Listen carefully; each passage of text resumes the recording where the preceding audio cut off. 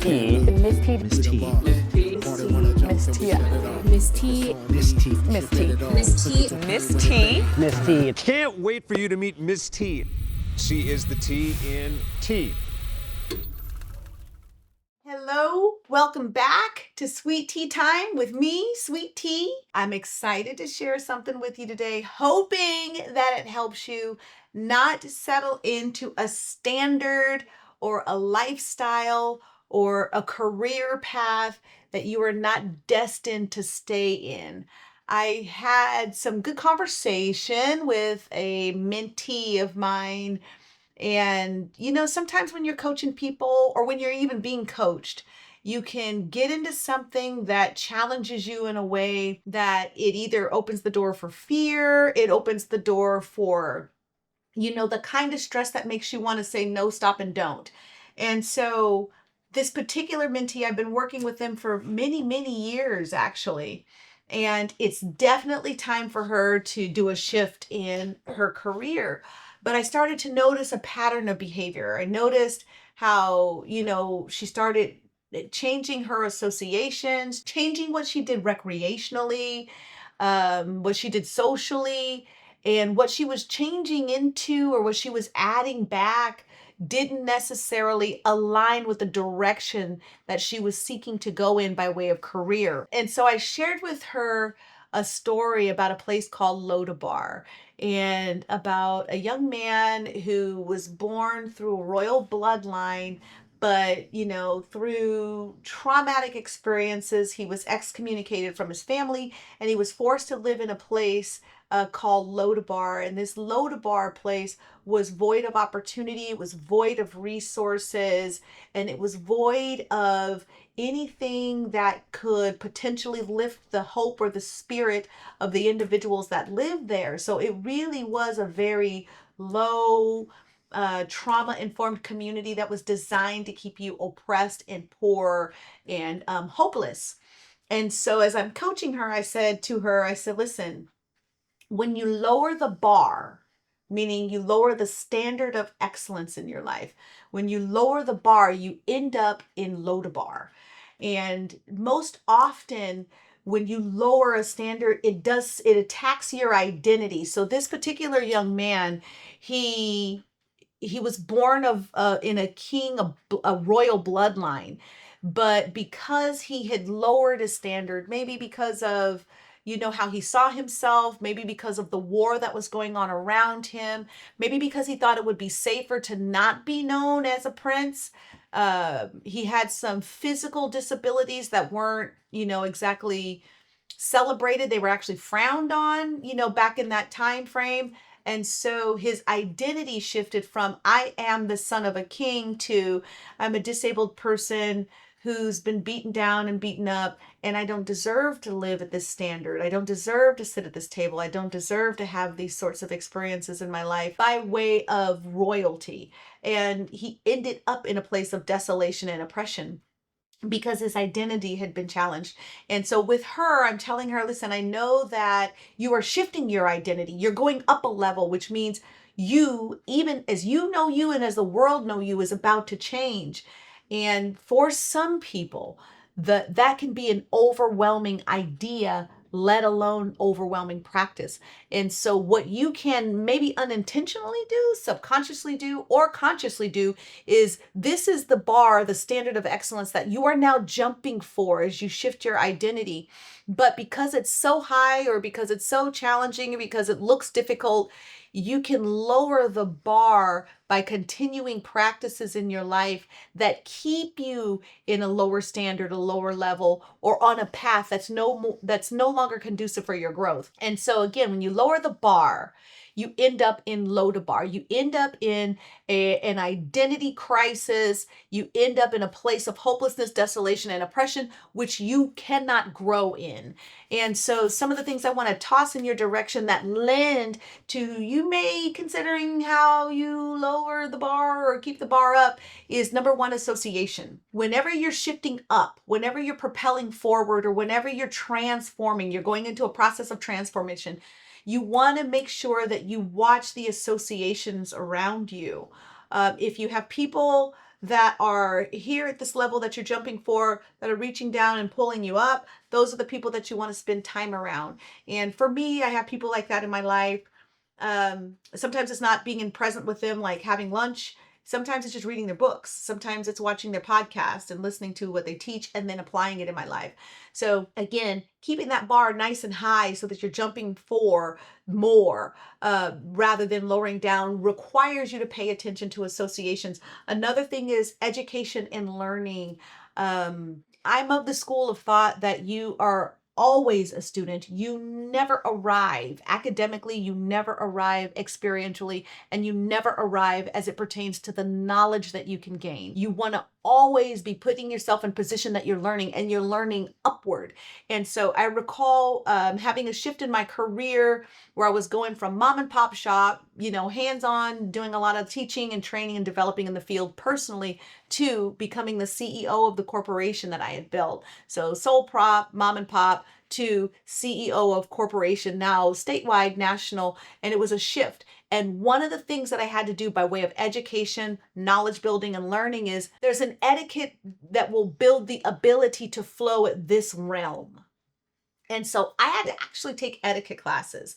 I had to actually travel to different places so that I could learn different cultures. So there was a price to pay for the education and the knowledge by way of etiquette in order for me to, strive for and then obtain and then sustain at this new level. So I could have lowered the bar and just kept, eating where I eat and talk how I talk and dress how I dress and do what I do. But I knew that if I didn't transform in that way, I wouldn't be able to not only reach this new level, but I wouldn't be able to stay at that new level. So there's a lot of times where people think that money's the answer to that. And so you get a bunch of money, but then you're still you, but you're just at this level with this bunch of money, and it's not sustainable. You're not sustainable when the money runs out, or when the relationships that are required for you to stay at that level don't actually happen because you're basing it on money rather than education, knowledge, learning, and training. So remaining a student, if you don't continue to grow.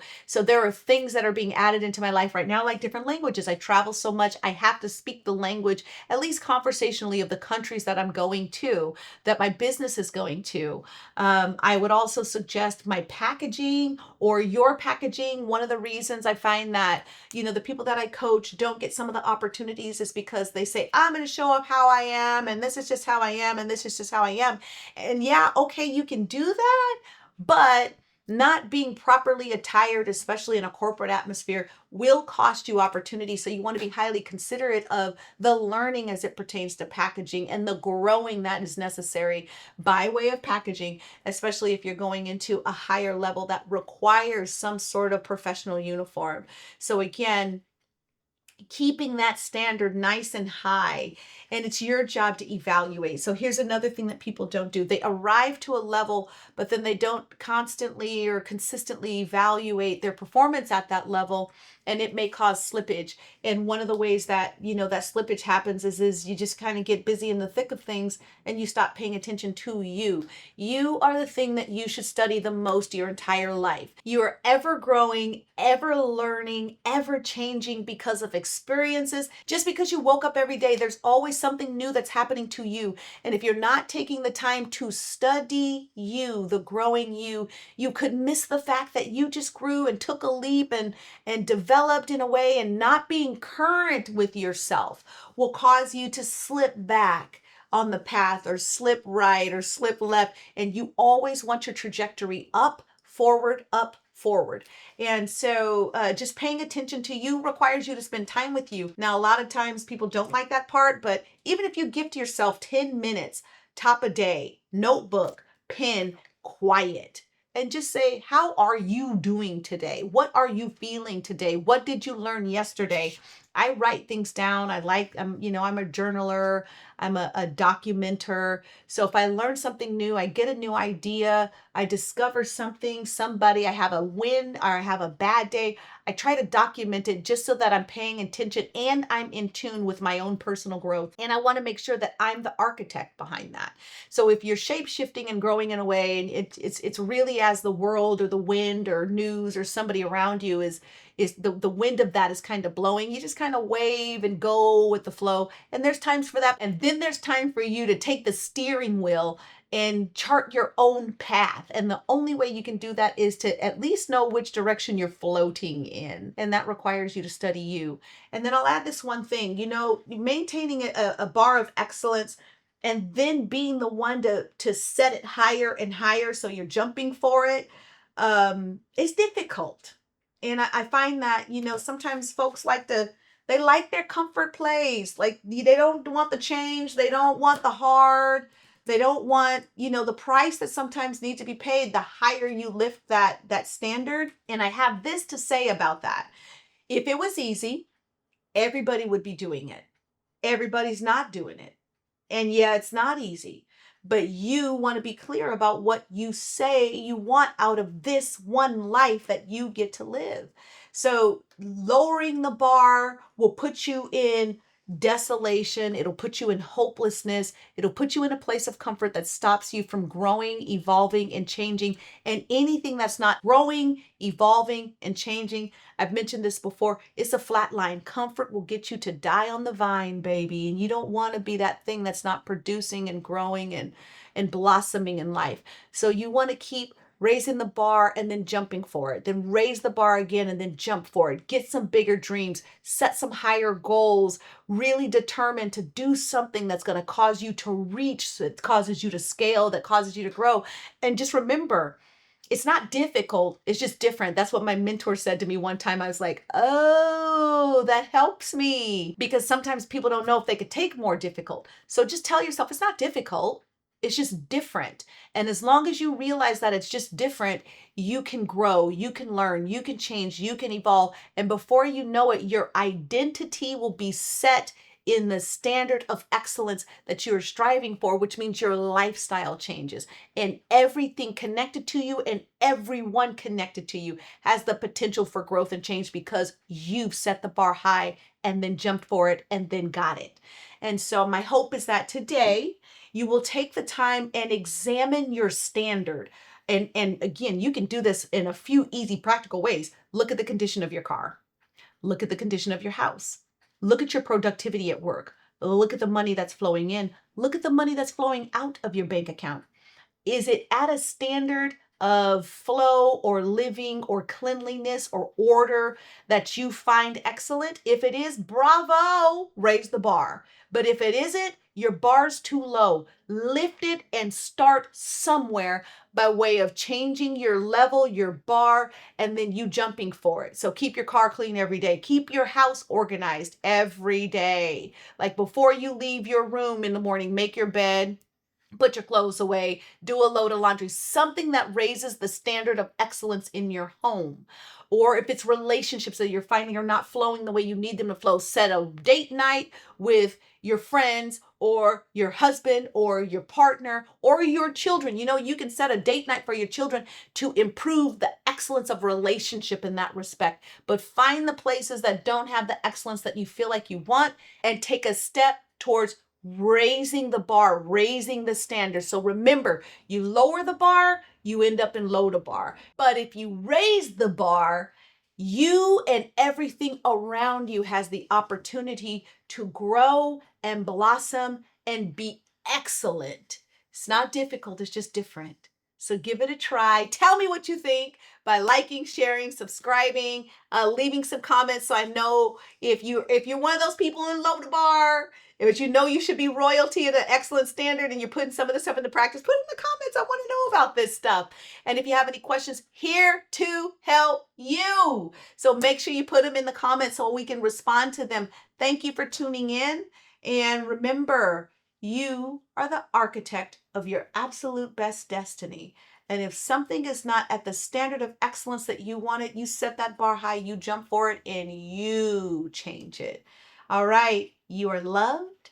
I'm excited for your growth, and I will see you again very, very soon with more sweet tea time.